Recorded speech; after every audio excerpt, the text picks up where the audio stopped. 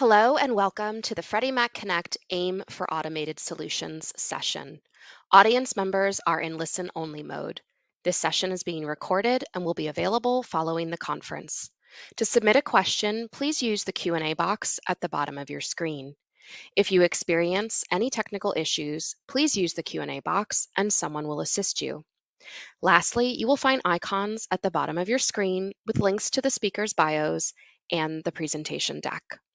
With that, I will turn it over to Freddie Mac Senior Director of Partner Delivery, Christina Randolph. Christina, the floor is yours. Thank you, Kathleen, and welcome to our session. We are so happy that you could join us today to talk about Freddie Mac's Asset and Income Modeler and how we, along with our partners, are helping to automate and digitalize more and more of the loan manufacturing process. I am so excited today to be joined by our speaker guests. First, we have Srijana Giri. She is a Senior Director here in Single Family in the Risk Analytics Group. Then we have Lisa Kimball, who is Senior Vice President of Open Banking Credit Services with Finicity, a MasterCard company. And I am, again, Christina Randolph. I head up our Partner Delivery and Integration team here in Single Family. So I'm really excited to have this discussion with you all today. As we know, digital tools and offerings is a big topic of conversation within our industry, and we couldn't be more happy to sort of bring our tools and our solutions to the market with great partners like Finicity. So as we look at the content that we're going to go through today, we're going to talk about AIM and what it is. Some of the solutions that we have developed across some of the income, asset, and employment components, and then also talk a little bit about how to access these tools and leverage them within your processing and workflow. So without further ado, we'll jump in. But first, I do want to just ask a couple questions of our presenters. So Lisa, I'll start with you. What we understand is, Finicity is a MasterCard company. You have views of like the financial services industry and the role of fintech, and digital products. You guys view that with a more global lens. But obviously, we know in the mortgage market, that's really confined to the U.S. mortgage market. So could you just give us your perspective when you look at innovation that has occurred in our tech sector? Yeah, absolutely. And thanks, Christina, for having me here today. I'm excited for the conversation as well. As you mentioned, like at MasterCard, we're really pushing hard into multiple global markets, and there's a ton of interest across the globe in open banking that supports refugee populations, the underbanked, and just generally being able to offer innovative financial products to people who have varying needs and varying access. And it's interesting when I kind of pull back from that to think about how far we've really come in terms of the U.S. mortgage industry and how far we've been able to penetrate into this space of especially capacity assessment for borrowers. So I do think there's been a huge amount of foundation built, and currently we can truly get a significant percentage of the population through a digital asset income and employment verification. And again, that foundation's really been laid.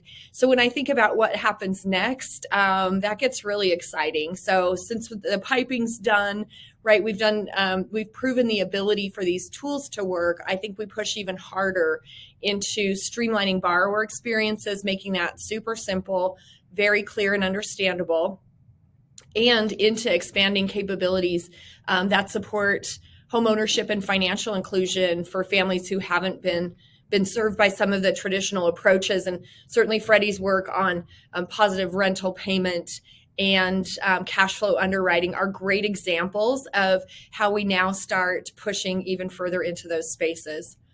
The other thing that I love a lot is that the tools and technology that we're talking about that really serve this customer base are able to do that in a bunch of ways that don't increase the risk profile in the portfolio as a whole. And Srijana, I know managing and assessing risk is so critical to what you do. How do you view the innovation that we've seen so far? Yeah, this is, again, thank you, Christina, for having me, and thank you, Lisa, for that question. At the foundation of the heart of the core of what Freddie Mac is, making home ownership possible for the, U.S. population. And as a company, we're really focusing on how we can reduce risk, right? So it's exciting that, we've been on this journey for years to be able to look at these solutions, leveraging the data directly from the source, like the asset data, the banking data, the payroll data, and using those in our assessment. We know that can provide Freddie Mac better insights, provide our lenders better insights, and give us valuable insights in terms of risk assessment. We've seen even throughout the studies that we've done internally here at Freddie Mac too, when we use these solutions and tools and these technologies, that really reduces the risk anywhere from 2 to 4 times when the technology and data solutions are used versus when they're not used. So really exciting to be working on some of these products and seeing adoption of this in the marketplace. Awesome. Thank you guys for that. And I think that's a really great primer for what we're going to talk about today. So again, we'll just jump in, and I think, Srijana, I'll toss it over to you just to give a little bit of an overview of our AIM solutions. Yeah, thank you, Christina. So I'll start out by, what is AIM really, right? AIM is Loan Product Advisors. It's asset and income modeler. It's an automated solution that we've developed using the third party, or a financial institution data. So with these offerings, we're really able to leverage the data from the trusted source, being able to leverage that for assessment from income, asset, and employment, which are the key factors in terms of, how we look at a loan in the underwriting space. And with this, we're really moving the QC, upfront in the process by leveraging data sort with these data sources. So again, the key sources here with the third-party data. First, for the asset portion, really, we're looking at the sufficiency of assets for the transaction. In the income space, when we are looking at the data from the financial institution or payroll source, or even tax returns, we're able to take that and provide income calculation off of it. And in the employment space, really looking at alternate ways to, find a way to do the 10-day pre-closing verification. So in that space, it's exciting. It's really using these data sources to be able to automate this process, which has been traditionally a very paper-focused and a very manual process. And in the future, what we've done this year particularly is looking at these data sources and not just looking at the efficiency gains in terms of underwriting process, but really look at ways to enhance the credit risk assessment. So 2 big offerings that we put out in the marketplace is assessing, rent payment history for the first-time home buyers and using that in our risk evaluation. And then, in November, early part of November, we're rolling out a new offering in terms of, borrower cash flow. We're looking at cash flow assessment to use in our risk evaluation. So for these, population that wouldn't have otherwise qualified for a mortgage, we can do so. So really making that home ownership possible. So you can really see from AIM, tons of benefits, not just efficiencies from risk reduction perspective, as well as, even the risk assessment itself, making sure that the borrower can qualify for a mortgage. And at the end of it, the cherry on top is also the rapid warranty relief that we provide for the lenders in terms of calculation related to asset and income, and also the integrity of the data. That's great, Srijana. I think I would love to give our audience a little bit more detail about each of these solutions. So I know that you had prepared this great, it's a really awesome view at a glance of just all of the different offerings that we have now in the last few years sort of iterated on and added to enhance our overall AIM suite of tools. So if you want to just step through some of these, I think it gives a really good at-a-glance view to our audience members. Yeah, absolutely. And again, this is, I think, like you said, a good way to kind of think about how we can use AIM in, underwriting process. So the three key pieces of underwriting are, looking at the asset of the borrower, the income piece, and the employment piece. And those are the harder pieces to figure out, as lenders and underwriters. So we've been on this journey for quite a number of years and really looking at ways to, provide efficiencies here. So the first offering that we rolled out is AIM for Assets. So this is really an offering where we're looking at the information from eligible sources such as checking, savings, and money market, looking at that information, coming up with, what is eligible asset that a borrower has, and then looking at what do they really need for closing. So tying those calculations back and providing the information regarding sufficiency of assets. We're also providing the accuracy and integrity of the data. With this offering, we're also leveraging the same data sources, since we can see the transactions, to kind of give insights to the lenders if they are large deposits that we're seeing from those data sources, and alongside of that, even, earnest money is the big piece of the information that the lenders would need to verify. So looking at the loan attributes and loan data and providing insights if we see there is, earnest money deposit that we're already seeing on those transactions, and being able to provide those on the feedback certificate. So really, again, looking at this financial, this asset data holistically to see like which pieces of these, requirements can we really automate.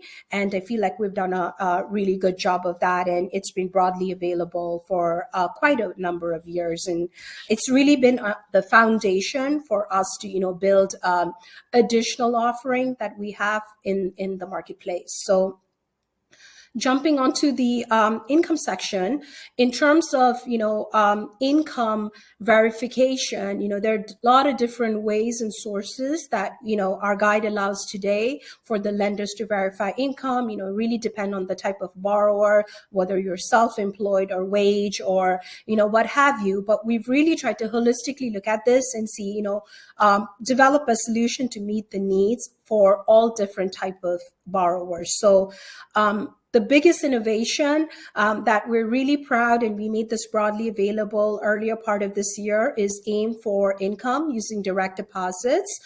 We really built on that asset data, again, that foundation, partnering with our great partners like Finicity here, and looking at those transactions to identify income sources that are going. We know that 93% of the US population has direct deposits, enrolled. So we know there's a great insights we can glean from this data. So what we've done is we've automated the income calculation portion here.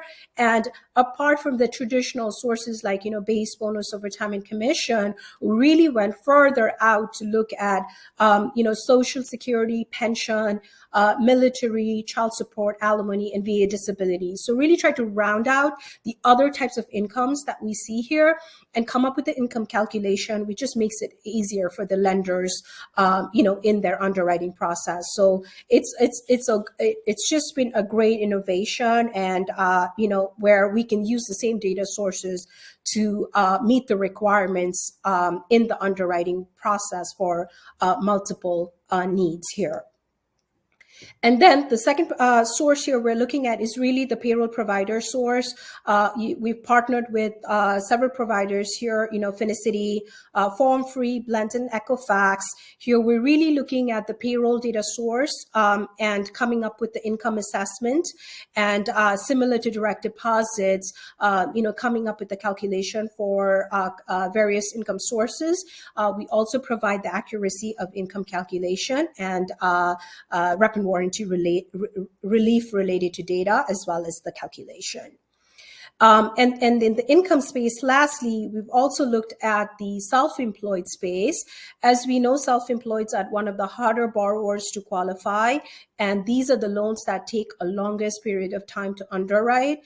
So here we're looking at the tax return data provided by the borrower via our partners like LoanCraft, CoreLogic, and LoanLogix, and using that tax return data in our income assessments, we're able to glean insights and provide income calculation on sole proprietorship, partnership, S corp, and rental properties. So really rounding that out and glean insights from the tax return data to be able to provide income calculation relief, and also business and income analysis, which is, one of the biggest pain points in terms of the self-employed borrower.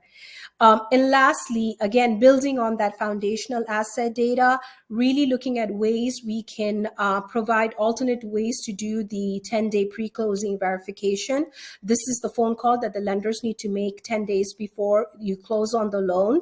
So we wanted to be able to leverage the asset as well as the payroll data. So both of those sources, use that in our evaluation. We can see from this data, like when the last time the borrower was paid. So providing a close by date that the lenders can use in order to, get relief from that requirement. So as you can see, over the years, we've just kind of built upon, upon this AIM suite of tools, and really looking at these data sources to look at how do we provide efficiencies to the lenders where, you can avoid a lot of these manual steps, which will result in, closing loan faster. We know with the less defects, and just bring the cost of origination down.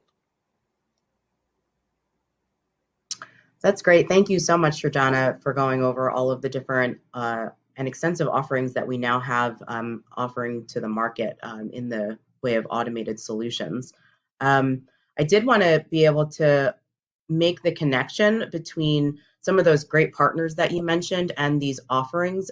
Clearly, we wouldn't be able to do these or power these offerings without trusted data sources. So I did want to give Lisa an opportunity to kind of run through the Finicity borrower experience, because that's kind of what starts this whole workflow from the lender's point of view. So Lisa, if you wouldn't mind just kind of stepping through what the consumer and sort of the lender sort of help the consumer experience from the Finicity perspective, that would be great.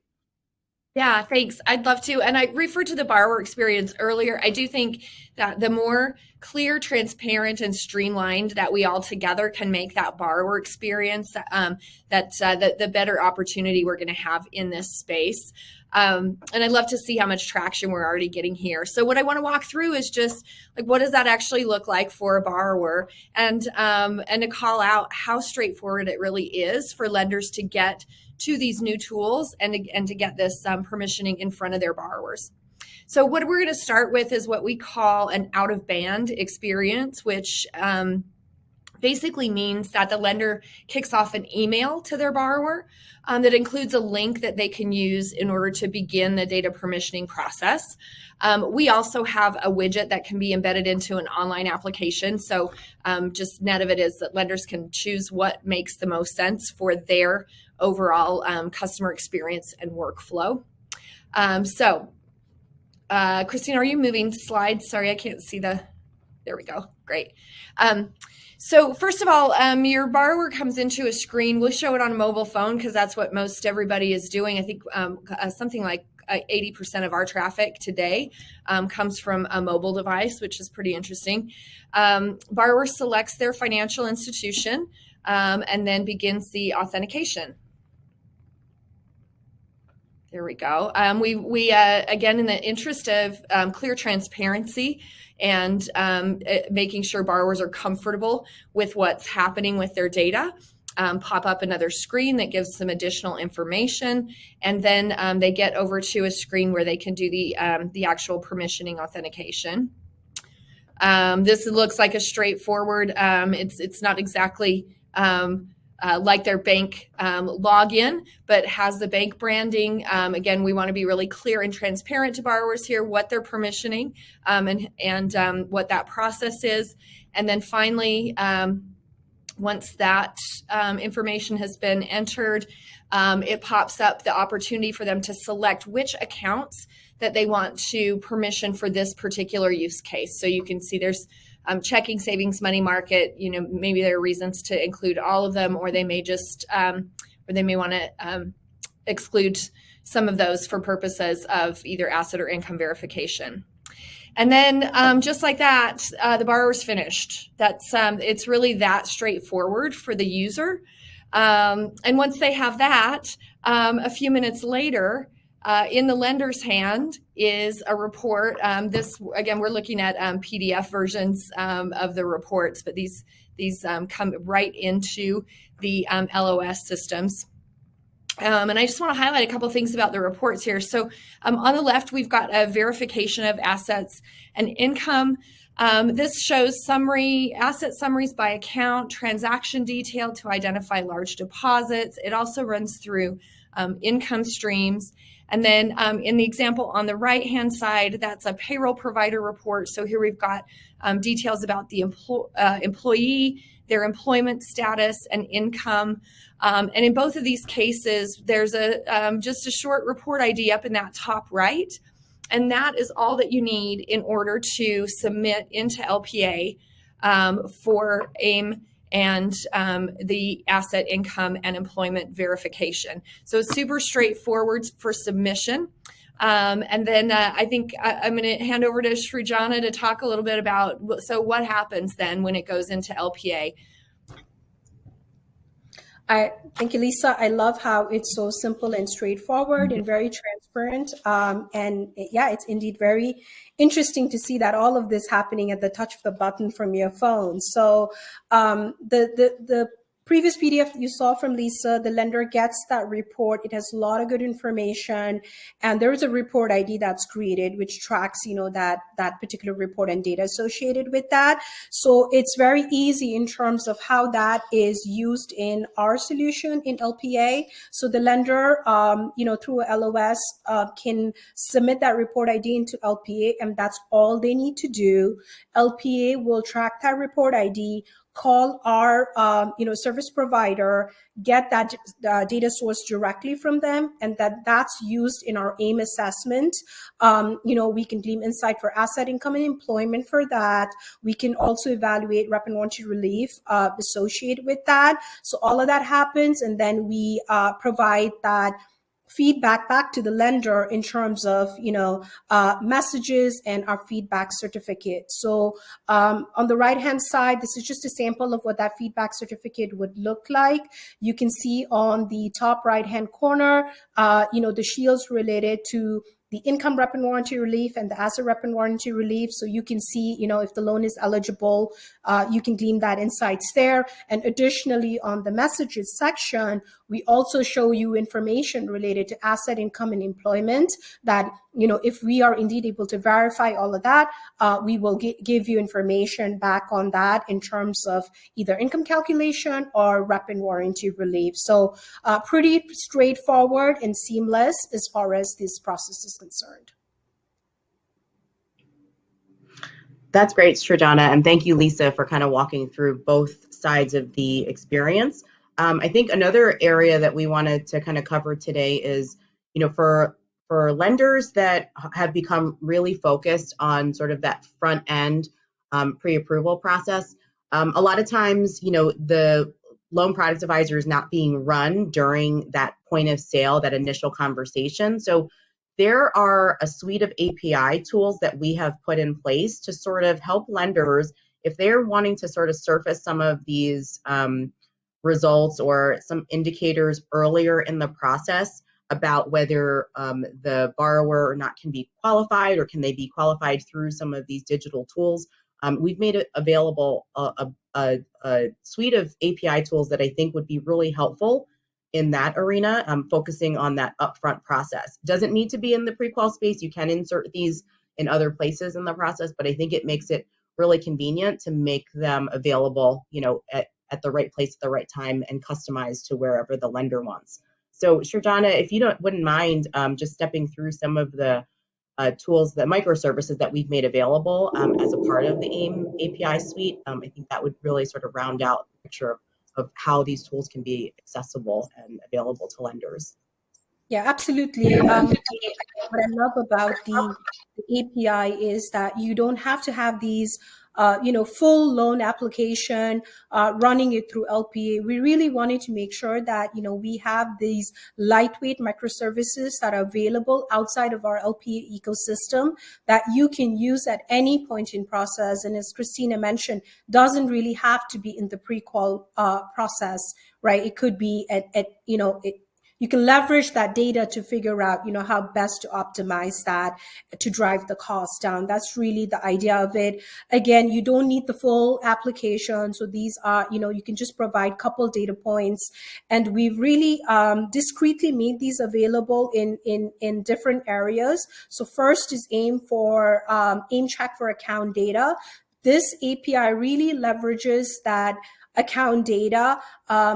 And, with that account data, which is the bank data, we can provide information for, income calculation, eligible asset, as well as, if we see when did the borrower get, paid last. So you can really use that data to kind of figure out, hey, which type of report do I want to order? Or, based on the derived income, for example, you can really figure out how much the borrowers could qualify for. So really neat way to kind of, hone in on a specific question or, try to optimize kind of your loan manufacturing process. Additionally, we also rolled out our microservice related to payroll. So this particular API is just focused on the payroll data sources. So the work number, any payroll providers using, Finicity, FormFree, for example. And lastly, we're also enhancing, this is the exciting one, we're enhancing this to look at the data directly from the pay stub and W-2. These could be the borrower provided, traditional artifacts that can be used to OCR. So we can OCR that data, turn that into, digital assets and be able to take a look at that and glean insight for income calculation. So that's going to be available in the marketplace early Q1. And lastly, the last API that we have available today is AIM Check for Employment. This is again using the asset as well as payroll data source to glean insights to, when was the last time the borrower was paid, and be able to leverage that data to, again, not having to do that manual phone call. So again, having these tools outside of LPA, I feel like it's very beneficial because these are different ways lenders can kind of get ahead to optimize and look at ways to drive efficiencies for themselves as well as drive costs down for the borrowers.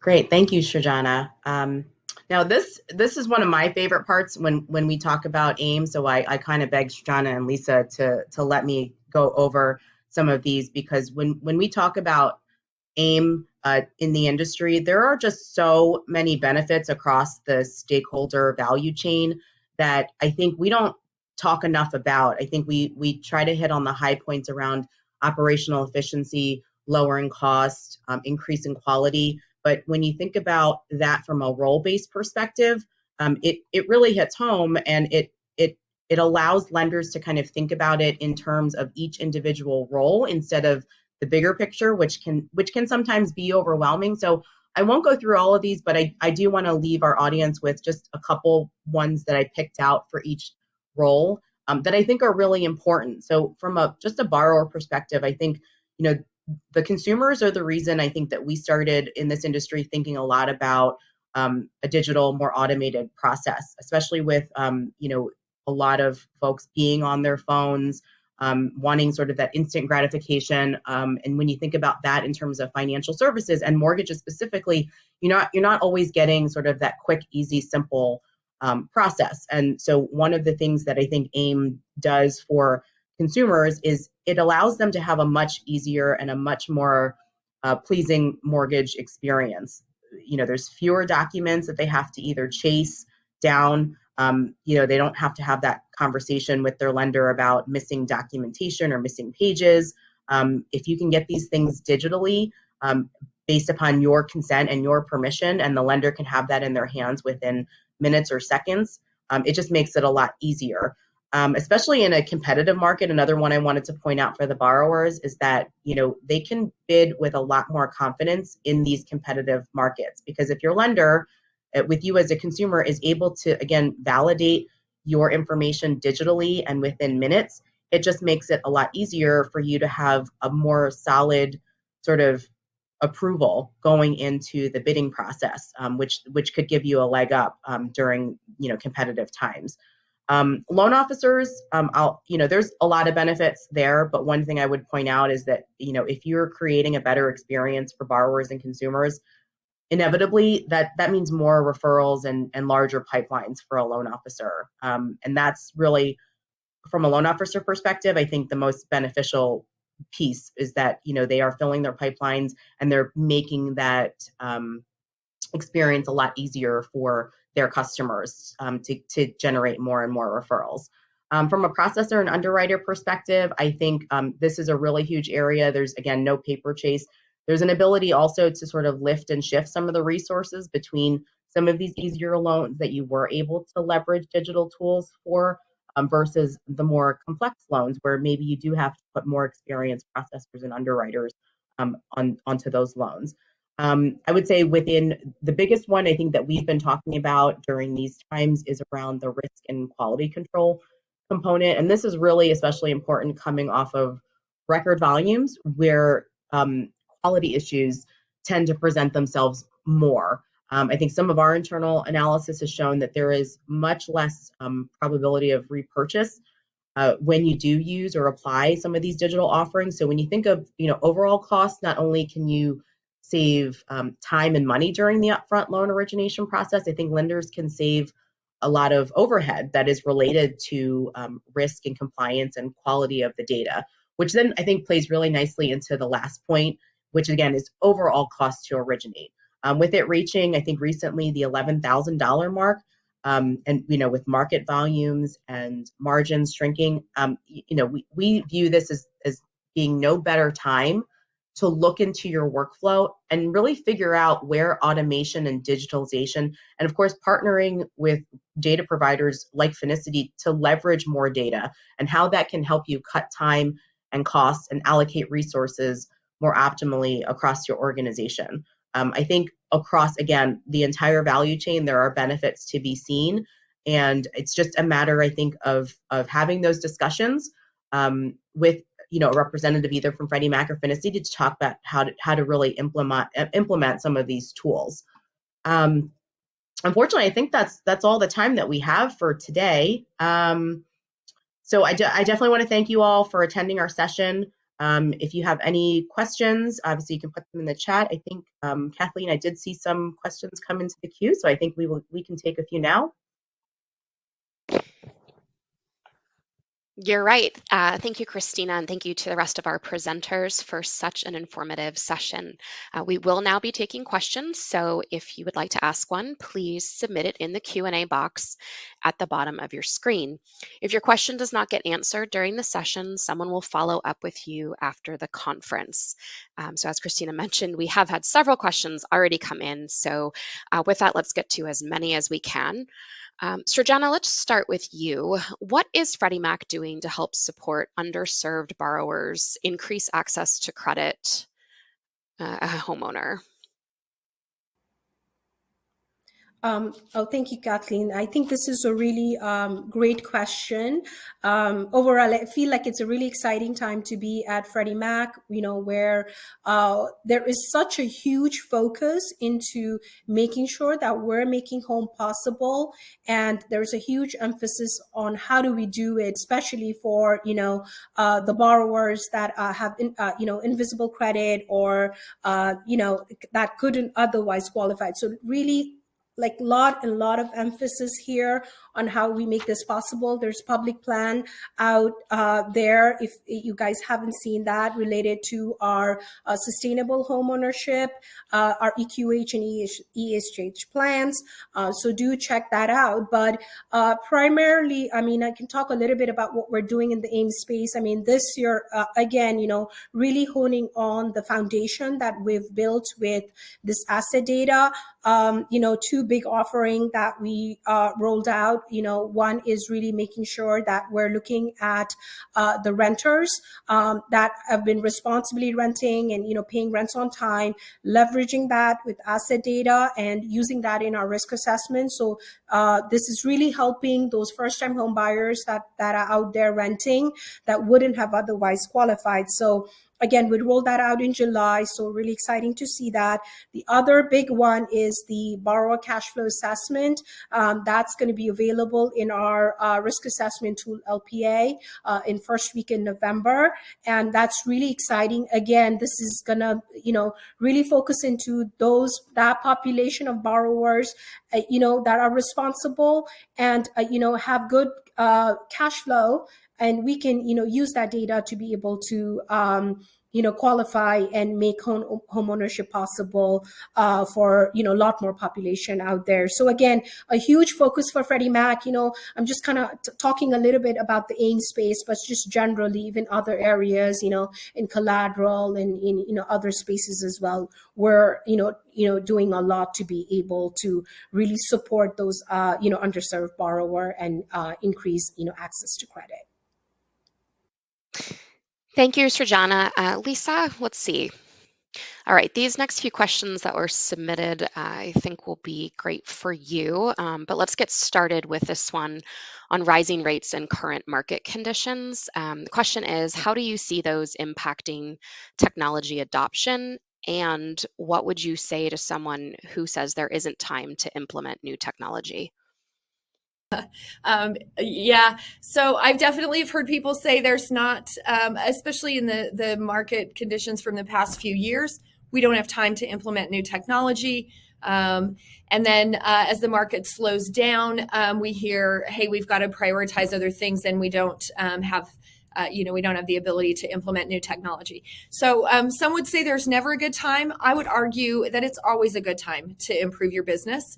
And for the most part, I think it's really more a matter of assessing like how impactful can each of these technology or process implementations be overall to the business, and then outline what you're trying to get at and stay the course. Because it's hard to do when you're busy. It's hard to do when you're not busy. Just I guess, again, most important is how impactful can it be? Christina, I know you have thoughts on this one. We've talked about it a few times. Yes, for sure. I would say, and to your point, that is something that we're hearing now. But when you step back and look at it, there's never a good time. But it's always, there's always pieces and parts of it. I think that you can, as a lender, sort of pick out and figure out solutions. And like you said, think about how it would impact your overall business, but in very sort of finite pockets of your process. So I think one thing that we always say, and Lisa's heard me say this a lot, is you can think big, but you can really start small. So there are many ways. The way we've laid out all of these different offerings, there's ways to test out these tools in different parts of your process. Maybe starting with only a few resources, or maybe you don't need to change your process right away. You can just sort of turn it on and start seeing the messaging and thinking about how you would redo or re-engineer your process around the messaging that is much more actionable than what I think a lot of lenders are doing today. I think the biggest thing that we have told lenders, regardless of volumes, high or low, that our teams across Freddie Mac and Finicity are here to support you during these testing and implementation periods, because we understand that with everything else, right, with all the competing priorities, that it can get overwhelming. So we actually stand up teams to help you figure out the right implementation plan, as well as the approach. So I think that's really important. And that's something that I would offer to any lender no matter the market conditions that we're in, that I've seen a lot of success happen with that type of implementation plan. Thank you, Lisa and Christina. For this next one, Lisa, there are several providers that offer verification services. What should lenders be looking for when it comes to data quality? What's important? Yeah, data quality, one of my favorite topics. I think a couple of key thoughts come to mind for me here. First, I think it's important that lenders understand where their partners or providers are actually sourcing their data. Because really the type of data access is not the same across the board. It can vary. And there are a lot of people or there are a lot of providers who may not be the first source of the data. So being able to understand like where all the handoffs for that can be a really important element here in terms of knowing whether you've got good accessibility and high quality data.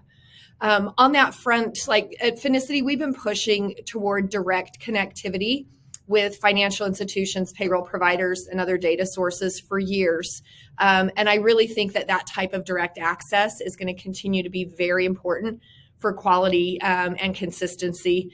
We just continue to feel a real push in market around those messages. And then the second thing that I think is really critical is to understand how your provider or partner thinks about their role in data quality. So this core set of data can have a lot of variation. And there's so much complexity that result from the data variations, very true in banking data, but even more so when you think about payroll and employment data sets. And so the way we've thought about that at MasterCard is to, basically assess that we are responsible for the quality of the data that underlies the products we support, which means significant quality control processes. We're looking to identify issues before they ever get to clients. And then also helping to make the best and most accurate interpretation of the information. And this can be a different perspective. We're not alone in the industry in terms of that perspective, but it is a different perspective from some providers who think about being a simple data pipe. So I would encourage lenders, as you're making assessments about partners and providers, to really consider how those providers align with your needs and how they think about their piece of the solution and the value proposition that they bring, and just make sure that lines up with what you need in terms of a provider. That's great. Thank you. Okay, we've got a couple more for you, Lisa. So when talking about technology adoption, one of the things that's talked a lot about is choosing partners who aren't just filling a need, but who will innovate and be invested in your success. And what should lenders be looking for when choosing partners or service providers? Yeah, that's a great build on to what we were just talking about, and I think embedded in the question is something that is a key tenet for me, and that's that choosing partners isn't just filling a need for this individual service, but there's so much innovation happening, and it's really important to think about your provider and their overall fit with where you see the market going and what your borrower base is going to need. So one of the things that really leads me to say that's important is that a lender can leverage new programs and opportunities without having to implement new point solutions if they have partnered with the right organization who's driving forth the same kind of innovation that they want to bring to their borrowers. So really good example of this, Srijana was talking about Freddie Mac's positive rental payment program that was announced earlier this year. So for lenders who already implemented digital verifications, their borrowers have immediate access to that benefit, and there's no additional implementation on the lender side. I mean, obviously, right, there's some training and familiarity with the program, but the technology lift is there because those digital verification providers have already plugged in. So that really only happens when you're aligned with your partners across the ecosystem and ensure that they're designing a thoughtful and flexible product set that's going to help you go wherever it is we're going next. I think it's pretty exciting, but we're not, haven't seen where all the use cases will be. So I think just being ready is really important. Thanks, Lisa. Just looking at the time where we're at, that is going to be all the time that we have for questions today. If we did not get to your question, someone will follow up with you after the conference. Your opinion is important. Please take a few moments to take our brief survey so that we can continue to bring you timely and relevant content. You can also log in anytime after the conference to play back this or any other session. Thank you and enjoy the rest of the conference.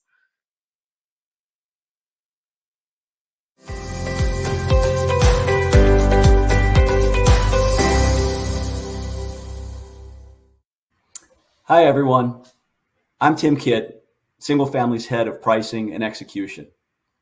We want to thank you all for attending the 7th Annual Connect Conference. It was so great to see so many of our industry partners again in this virtual platform. As we stated at the start, we hope you're leaving with new ideas, new skills, and a whole lot of momentum to advance the work that you're all doing to make this industry even stronger. Thank you for joining us and for making the event a success. We shared with you the insight into the regulatory environment from our fireside chat with FHFA's Director, Sandra Thompson, and our own CEO, Michael DeVito. We're all very excited by her enthusiasm and her commitment to expand our mission to make home possible. A huge thank you to our sponsor partners, both our title and premier sponsors. This event would absolutely not be possible without your support. Our theme this year is The Power of Two, helping you to successfully grow and manage your business. Our goal was to provide you with better insights that will lead to better business outcomes, and we really hope that we've succeeded in this regard. Please help us make next year's Connect conference even better by completing the post-event survey. And we all look forward to seeing you again next year. Thanks so much.